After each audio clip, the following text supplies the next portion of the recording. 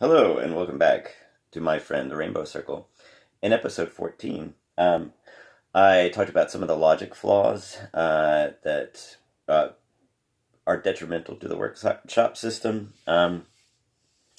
Using this board, please reference that episode if you're curious. But really, the figurehead of that whole problematic system is a writer I like to call Fake Ernest Hemingway, because he's constantly referenced in as a justification for lots and lots of really bad advice or inarticulate advice or poorly explained advice, or frankly harmful advice, and every once in a while deeply offensive advice. So I want to talk about some of Fake Ernest Hemingway's advice. This is why I have this symbol. I think it was episode 11 or 12. I talked about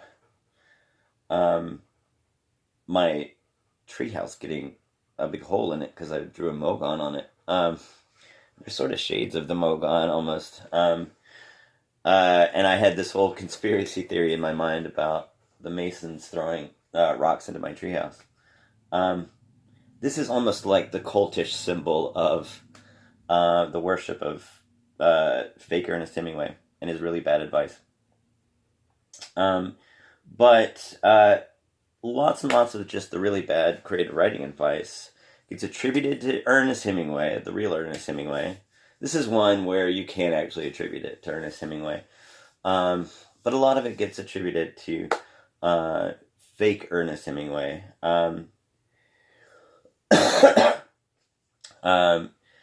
Probably the worst among them. I'll talk about the iceberg in just a second, and give tribute to the actual Ernest Hemingway.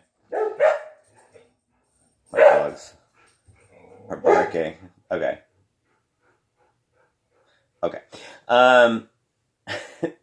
So Ernest Hemingway was an animal murderer. I'm clearly an animal lover. Just 3 animals in here at one time, and 2 of them ran off chasing after something. But ultimately, it's irrelevant. I mean, that's one of the things about Ernest Hemingway is if I say I think he's a harmful presence to creative writing, the obvious answer might be just because he's a terrible person, and for me, murdering animals was big on the list of why he's a terrible person. He was horrible to women. He did lots and lots of terrible things. But I think that's ultimately irrelevant. And one of my heroes is William S. Burroughs, he murdered his wife. It arguably did worse things by accident. That's a whole complicated. That gets into some complicated irrelevancies to say who had a worse life and who should we actually listen to. Ultimately, I would say that's irrelevant. He's still, no matter how bad he is, he still gets referenced constantly. And a lot of the ways he gets referenced are pretty harmful, but really the worst. I was about to talk about the worst when the dogs started barking and ran out of the door. The worst is kill your darlings, which I think, or murder your darlings, which is awkward. Hopefully, that's not what William S. Burroughs was listening to. But it's terrible, terrible advice, and it is deeply irresponsible and ultimately harmful in so many ways to the consciousness of a budding writer, but to anybody who actually would take it seriously. And they named one of the biographical films about Allen Ginsberg, Murder Your Darlings, which there's so many problems with taking something that he didn't even say, and applying it to Allen Ginsberg biography movies, and applying it to the David Cameron murder, which is another problem. But anyway, Ernest Hemingway didn't even say it. It was, I think it was Robert Quiller Couch, or Richard Quiller Couch, in 1916. Something Quiller Couch. it was as wrong with the actual person who said it as it was with Fake Ernest Hemingway. Um, but the basic problem there, I mean, what it's trying to do, it's understandable what it's trying to do. If you get attached to it, something that is harming the story, cut it out and don't be too attached to it. Don't be too precious about story elements if they're harmful to the story. That's fine. Kill your darlings is atrocious, that phrasing, because the way it manifests is saying, uh, uh, this thing that you like in the story, you should just kill it. For the benefit of what? For the benefit of the story, but for whose benefit? You make the story better based on whose standards? If it's based on your own standards, which it should be, then the whole story should be your darling. So the implication is kill what you love in the story in order to make it better for other people, I guess, in order to fit the standards of other people.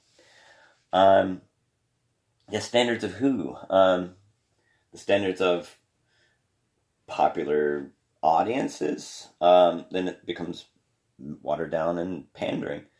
The standards of the literary elites. That's a bad idea too. The standards of the workshop, that tends to be, what it ends up manifesting as.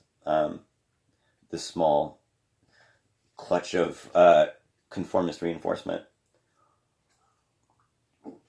So that's probably the worst fake Ernest Hemingway advice. I got my fish cup because I'm an outdoorsman too, maybe. Jokingly. So kill your darlings there's so many just horrible implications for that. But if you apply that to the context of the workshop, as I was just saying, that becomes especially problematic because the workshop is already designed just structurally to reinforce conformity. No matter how much you say we're encouraging individuality, you can have the ideal of encouraging individuality. Just the pure shaping and construction of the creative writing workshop is designed very particularly to reinforce conformity.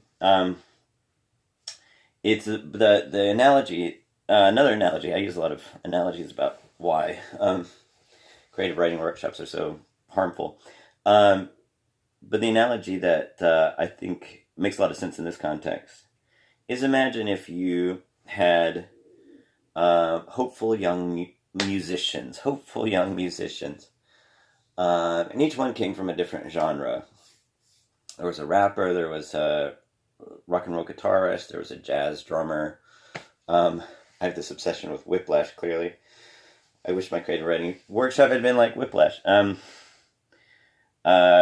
was, just a classical pianist. There's, whatever other genre you want to talk about. There's an experimental. There's a David Bowie in the class. There's a John Cage in the class. Something like that. So all these people with a different genre come together in this class, and that's the only type of music class that the educational institution offers, is this one workshop where all these people from this different genre come together, and the workshop leader says, this is what good music is. That's, from a starting point, that's just a ridiculous concept. You have all of these different people playing these different genres, and you said, here's what good music is. How are you possibly going to come up with something that actually works for all of those individuals? And then the workshop leader says, here's what good music is. Here is advice from Don Henley. So Don Henley says, if you like, one part of your song, you should just get rid of it.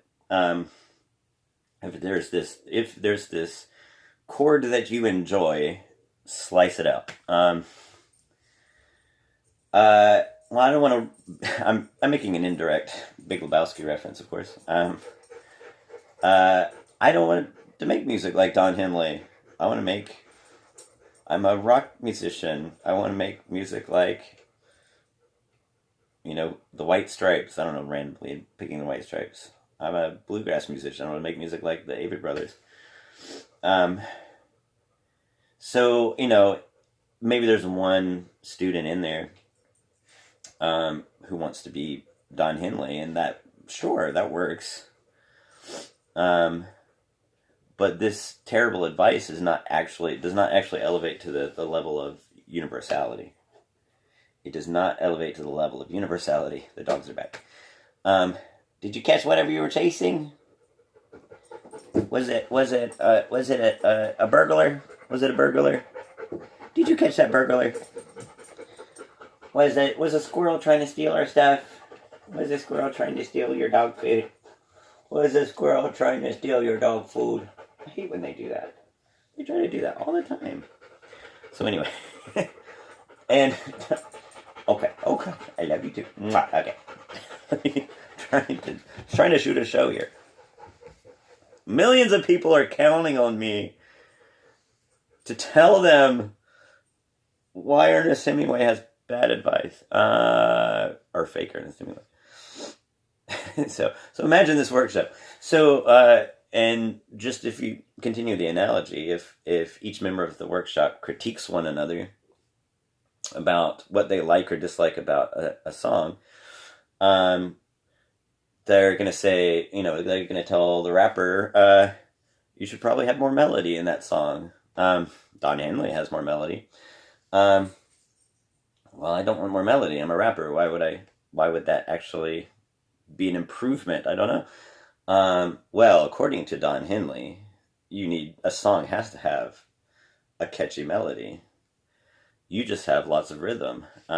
Therefore, you should follow what Don Henley says. So it's a conformist system that this fake idol of an expert, Ernest Hemingway, gives credence to, this bad advice. And so it's mutually reinforcing system designed to influence conformity. And if the analogous rapper is really good at what he's doing, or she, or whatever, it's despite the structure of the system. So, if the rapper blows everyone away, or if the rock musician blows everyone away, is it because the system works so well, or Don Henley gave them such good advice? Obviously not. It's in spite of the bad structure. Now, that being said, I do want to get to the iceberg. Another really bad, there's lots of really bad advice attributed to Ernest Hemingway. One apocrypha that gets spread around all the time is that Ernest Hemingway is so amazing because he wrote a 6-word story, For Sale, Baby Shoes Never Used, which is not Ernest Hemingway either. But that's not much of a story. That's the end of a story. The implication is that there's so much story with this family. There's not much of a story. They had a baby who died, and they're so poor they sell the baby's shoes. It's kind of a lame story. Nothing personal. It's sad, but it's kind of a lame story. I think you can actually improve that story by cutting out the word shoes. For sale, baby never used. No, there's a story. That's the beginning of a story. Why are they selling this baby? What do they use? What does the word used mean there? A much more interesting story that way. I might seem like callous there, but it's, telling stories is a callous thing. But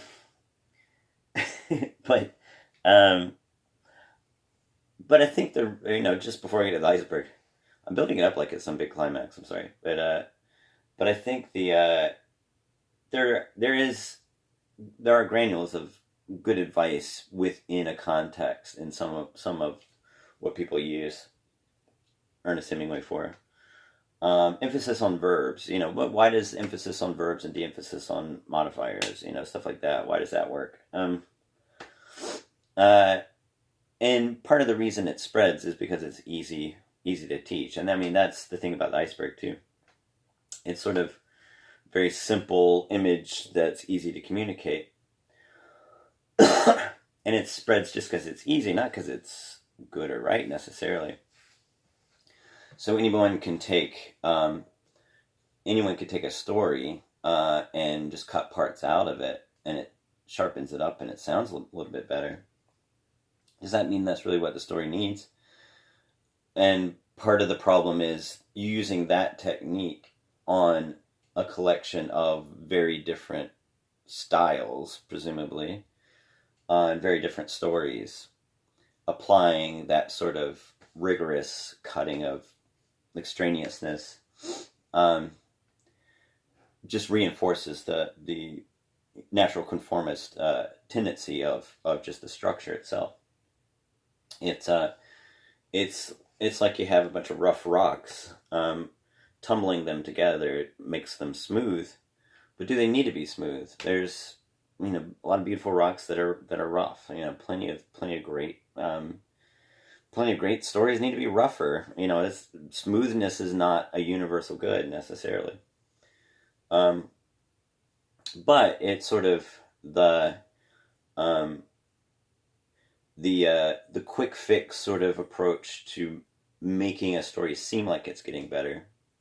And that's a lot of where, young inexperienced writers are sort of tricked into thinking that these techniques are actually improving the story, when in fact they're improving it along a very narrow line. That's where the iceberg comes in. Let me get to the iceberg. It's not a big climactic thing, so I don't need to build it up. But probably the only one of these theories you can really attribute to, or these concepts, you can really attribute to Hemingway is the iceberg. The way it's framed is most of the story's happening under the surface. And that's sort of like, that's the what are you doing? That's the category of advice. I have this box full of DVDs here, just kind of randomly, and Siku's trying to eat my DVDs. Don't eat my DVDs.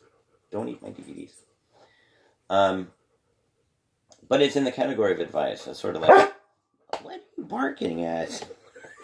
You want attention? So you're just going to bark at me because you want attention? You Lulu. There you go. Stop barking. So it's in that category of advice, sort of like saying, what are you doing? Hush. Sort of like saying, why is this necessary? Why is this necessary? I'm going to kick you out of here if you can't hush your face. Okay. Well, the last video I talked about, he's biting me now. He's just biting me. I talked about Kurt Vonnegut's terrible advice, and I love Kurt Vonnegut. He gives really, really bad advice, on par with Ernest Hemingway's advice. I mean, there's the shreds you can take from Kurt Vonnegut's advice that you can kind of turn into something good. They're gonna knock over the phone.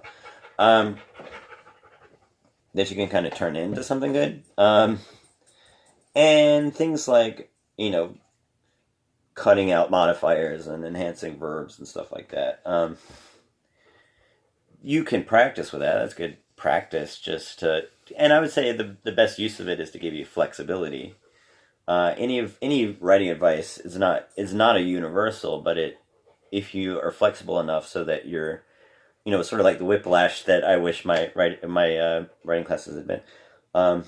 You're practicing with something that you have the capacity to do, so that you're 10,000 hoursing, as I like to say. You're practicing with something that you could do to improve a story if that's what the story needs, but it's not a universal good, because that's not always what the story needs. So it's more of a skill than an actual universal good, but it's treated as a universal good. Efficiency is treated as a universal good. Pared down, focused language is treated as universal good, and that's just not true. That is just not true. one of my early episodes, I talked about how much I love Thomas Hardy. Imagine taking the whole Ernest Hemingway principle and applying it to Thomas Hardy. He would be a very different writer, and he would lose so much about what makes him delightful. If you Ernest Hemingway'd him, you would ruin Thomas Hardy if you Ernest Hemingway'd him, because that's not the type of writer he is. But if I wanted to write a Thomas Hardy novel, and a workshop leader told me to cut out all that Thomas Hardiness of it, I could practice with it. That's a fine skill to have the ability to do. And I do have an exercise where I take famous quotes. I should practice this one day on an episode. I take famous quotes and I flip them backwards. I rewrite them with anapestic rhythm and march rhythm, and then I strip them down into nouns and verbs. That's an exercise to give me the exercise that muscle, basically. But it's not as if to say, of all 4 of those, only one of those is a good one, and that's the nouns and verbs version, and that's just ridiculous. But it is a skill. I can exercise that part of my ability to shift a sentence around. So the iceberg, I keep delaying the iceberg. The iceberg is a terrible analogy, first and foremost, because ice is a terrible analogy for anything in a story, because it's cold and dead. There's no life. So terrible analogy. I assume Ernest Hemingway came up with the ice part of it, and that makes a lot of sense.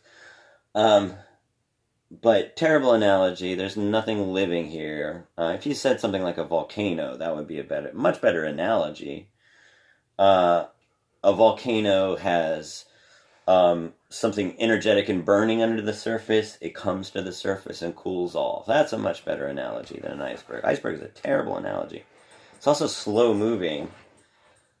Nothing dynamic about it. I think he says the dignity or the grace of an iceberg is that most of it's under the surface, but it moves very, very, very slowly. Terrible analogy on every level. But it's one of those things where it's like, those simple fixes in the workshop context where you could say, this should be below the surface of Seek out. What do you have? He's gonna eat a balloon. You're gonna choke on that balloon. Give me that balloon. Okay. I don't know where he found that balloon, but he's gonna choke on that balloon. So what is that? Better analogy is a dog choking on a balloon. I think anything would be a better analogy than an iceberg. But where was that? So yeah, I mean, it's easy. It's an easy fix. You could identify something that could be below the surface and cut it out. Cutting stuff out is just a real simple editing process. It's not what you need for a story all the time. Some stories need more above the surface. Some need more below the surface. That's part of the problem with the iceberg analogy also, is that there is no indication of what goes above and below the surface. I was going to say, this is the problem with the dogs interrupting me because I have a point. I was talking about Kurt Vonnegut's advice and how he has really bad advice. And his first one is make everything you write worth your reader's time, which is just really vague. If I'm a young writer and I say, I really need advice from the masters to learn how to actually write, and I read something like, make everything you write worth your reader's time. Oh, okay. And then what? What do I do? What do I do with that? Or good writers read. That one drives me crazy. It's not wrong. I mean, the iceberg is not wrong. It's just vague. make it worth your reader's time is not wrong. It's just vague and overly broad. And the reason a lot of this advice is so overly broad is because of the structure of the workshop system. Unfortunately, my beloved Vonnegut was tied with the Iowa workshop system. It's so disappointing when I found that out. So that now if I criticize the Iowa workshop system, they'll say, well, Kurt Vonnegut was part of it. And I'll say, yeah, unfortunately, that doesn't elevate the quality of the Iowa workshop system or make it good or right or anything like that. But it's so vague, and I think partly that's the problem of the interaction of just this bad advice with the problematic structure of the workshop system. It's so vague because you have that situation where you have a rapper and a rocker and a classical musician and John Cage, all in a room together. How are you possibly going to give them advice that works for all of them? I know how. This is the rainbow circle. This is how you give advice. And I've explained this on... right now, let me cover up, because I hate the iceberg so much. Oh, God. I hate the iceberg so much. Anyway. Are you attacking my rainbow circle? This is Spike. One of my many co-hosts, Spike. He's attacking this apron string. This is an easel, so there's an apron hanging up here. So that being said, how do you make advice when everybody in your workshop has a different genre and style and has individuality? How do you give advice to people with individuality? You make it so vague that it can work with their situation. So you say, good writers read. Well, what do they read? They read what will help them. They read good writing. That tends to be what, and that drives me crazy.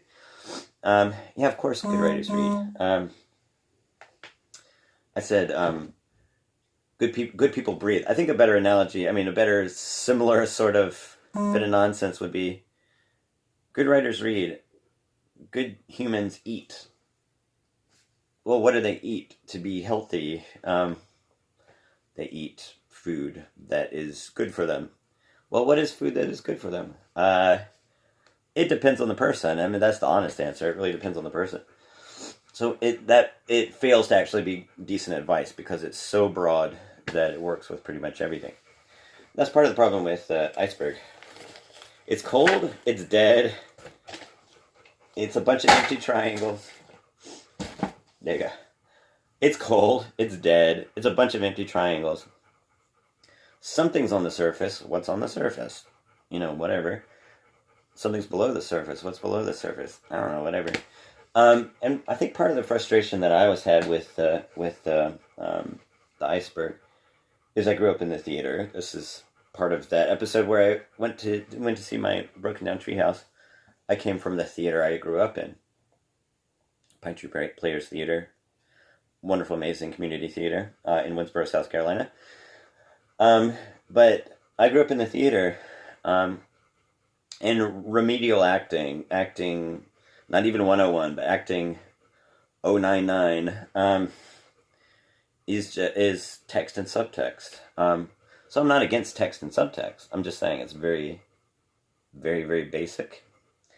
But text and subtext when you're acting, which you learn just through, I had 17 years in the theater. Just through 17 years in the theater, that's just your most basic thing to learn. Text is what you say in the actual text, is what you say on the stage. Subtext is everything else about the character. And so as an actor, you're discovering what's going on under the surface. Excuse me. And so, and then you add on to that. How do you take that and how do you work with that? And the best bit of acting advice that I got, this is something that I think is a much better piece of advice.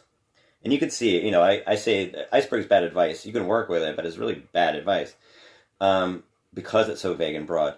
Here's a perfect example of good advice that anyone can work with, no matter what genre you're doing, no matter what, you can work with this advice. The best and it's acting advice that works with writing perfectly. One of the best bits of acting advice I got through 17 years of the theater was if you're playing drunk, and I was a kid for most of that. 17 years is 5 to 22, so most of that I wasn't actually playing drunk, but this is just an analogy. But if you're playing someone who is drunk,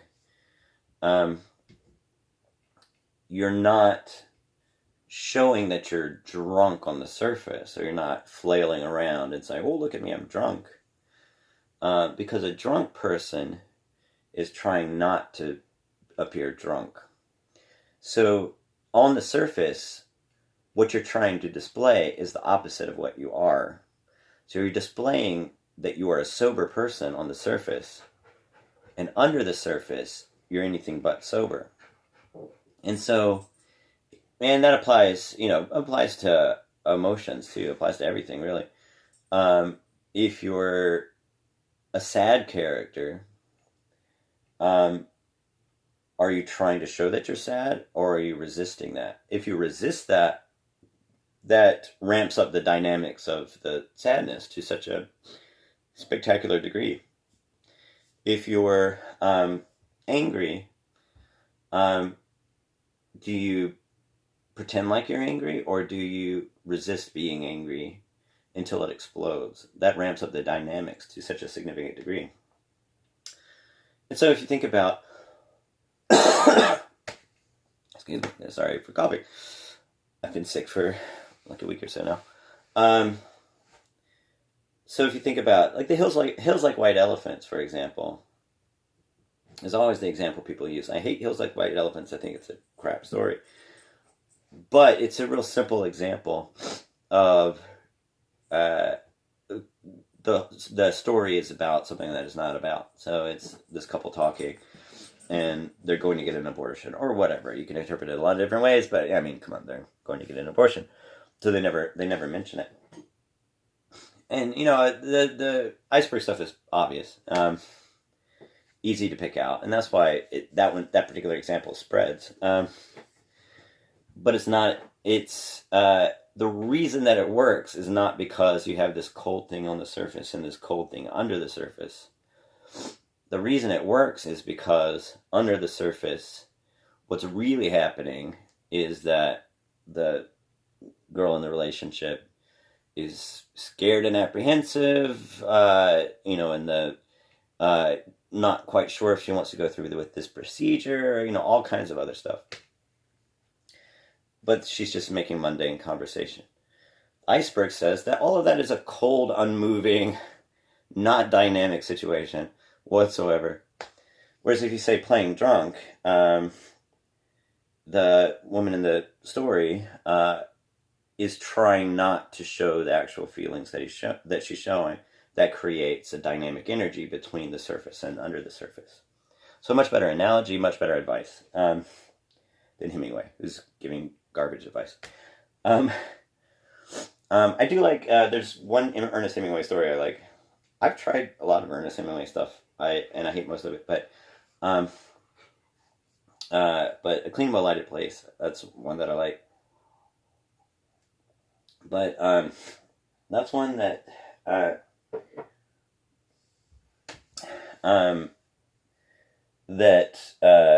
you can apply the iceberg to, but there's so many more interesting things going on in that story than just the iceberg. It's about these waiters, and Clean, Well-Lighted Place is definitely one of those where it defies pretty much all of the so-called rules of the workshopping system. If you took any of the so-called rules and applied it to A Clean, Well-Lighted Place, it would fail miserably on a lot of them. One of the rules my MFA was really fixated on was consistent POV. If you start and usually it was close third. Pretty much every story was close third. If you start in close third, don't shift into somebody else's close third. That's a story that starts in a objective third and goes into close third. And there's plenty of just great stories. I mean, Kafka constantly is shifting POV, brilliantly shifting POV. Uh, in Sorrows of a Family Man, he shifts. It's one page long, and he shifts POV 4 times. So that's ridiculous. Like a lot of this advice. And so you have some icebergy stuff in there you can identify, but the iceberg I don't think works as a magnificent, enlightening tool to what is really interesting about that story. So you have these waiters. They're kind of conversing about this old man who's hanging out in their clean, well-lighted place because he's drunk and depressed or whatever. I don't remember all the details of the story. I don't love Hemingway. This is one of the few that I don't hate.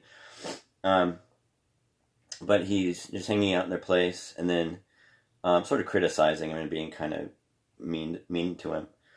And then one of the waiters goes off to another place, and he's sort of the close third POV, shifts from that objective to the close third. The close third sort of degenerates into everything being nada. And so what I like about it is the absurdity of the degeneration into the nada. It's a story. It's sort of like a Kafka story. You could take a Kafka story, and Kafka gets a lot of credit for like the magical realist stuff that he does.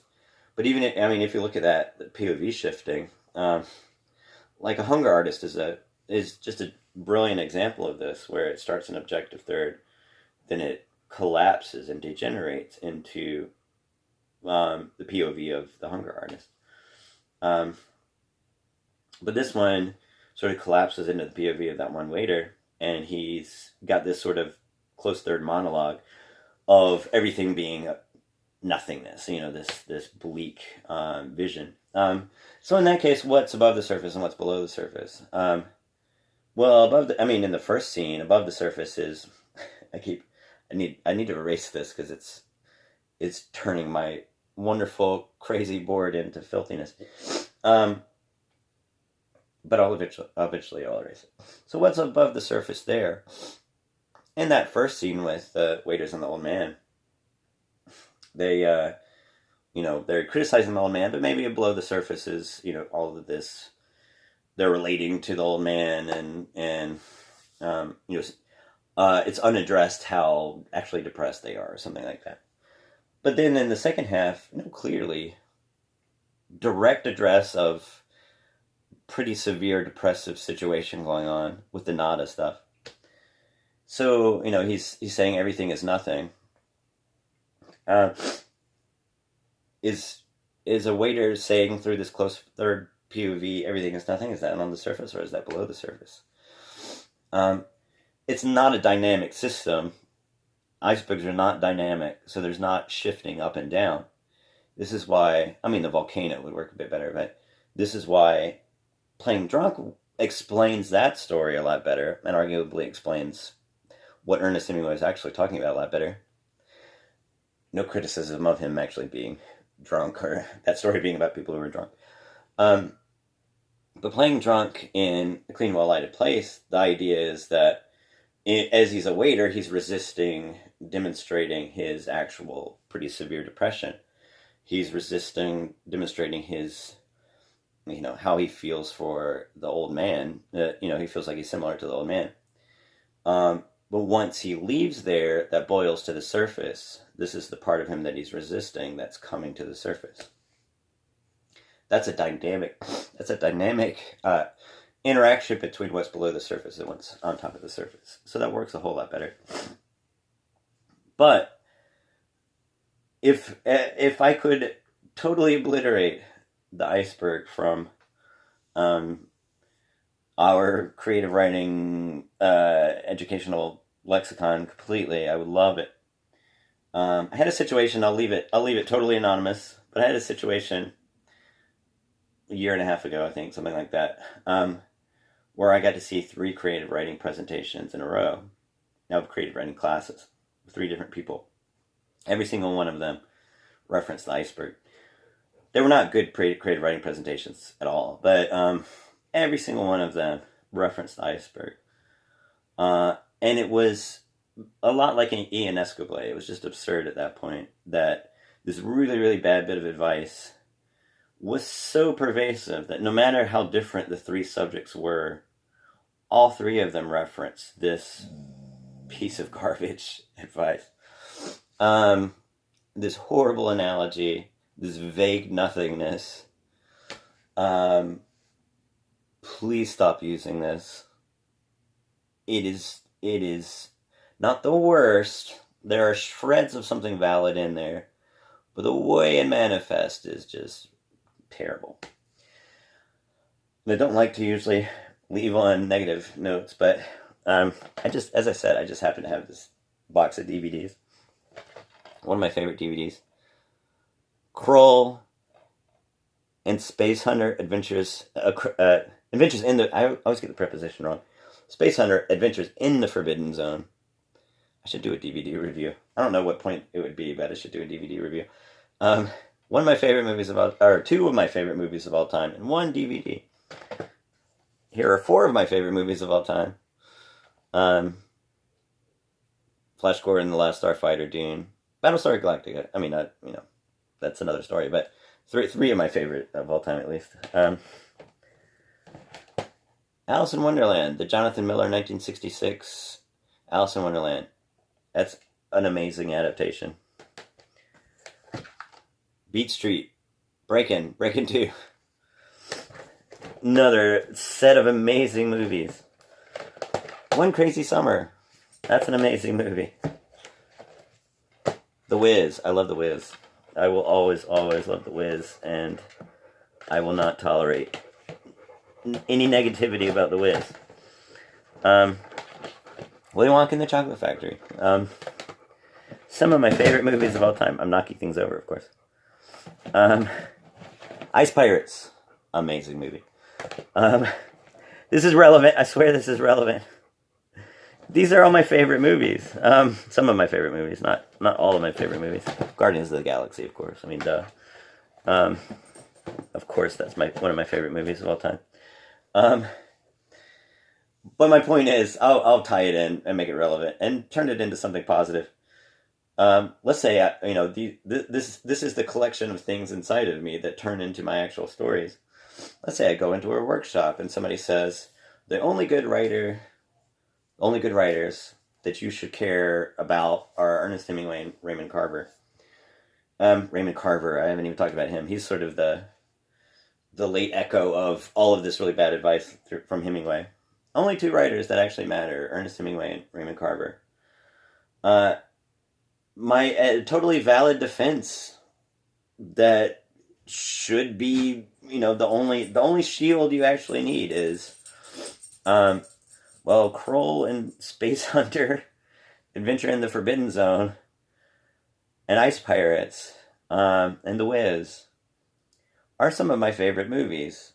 My ambition is to process the glorious, beautiful, wonderful weirdness of all those movies and make something that I enjoy that's 100% darlings. Don't kill your darlings ever. Make your story 100% darlings. Because who else are you trying to please? I mean, if you're trying to please other people, you're creating conformist, vague, bland nonsense that might please other people, but you're selling your soul. But I want to make something that gives me as much delight as Space Hunter, Adventures in the Forbidden Zone, which is an amazing movie. I love that movie. And Ice Pirates. And Kroll and The Wiz. And One Crazy Summer. That's probably the most ridiculous way for me to end the video. It's a very negative video, so I wanted to end on a positive. See you on the next episode.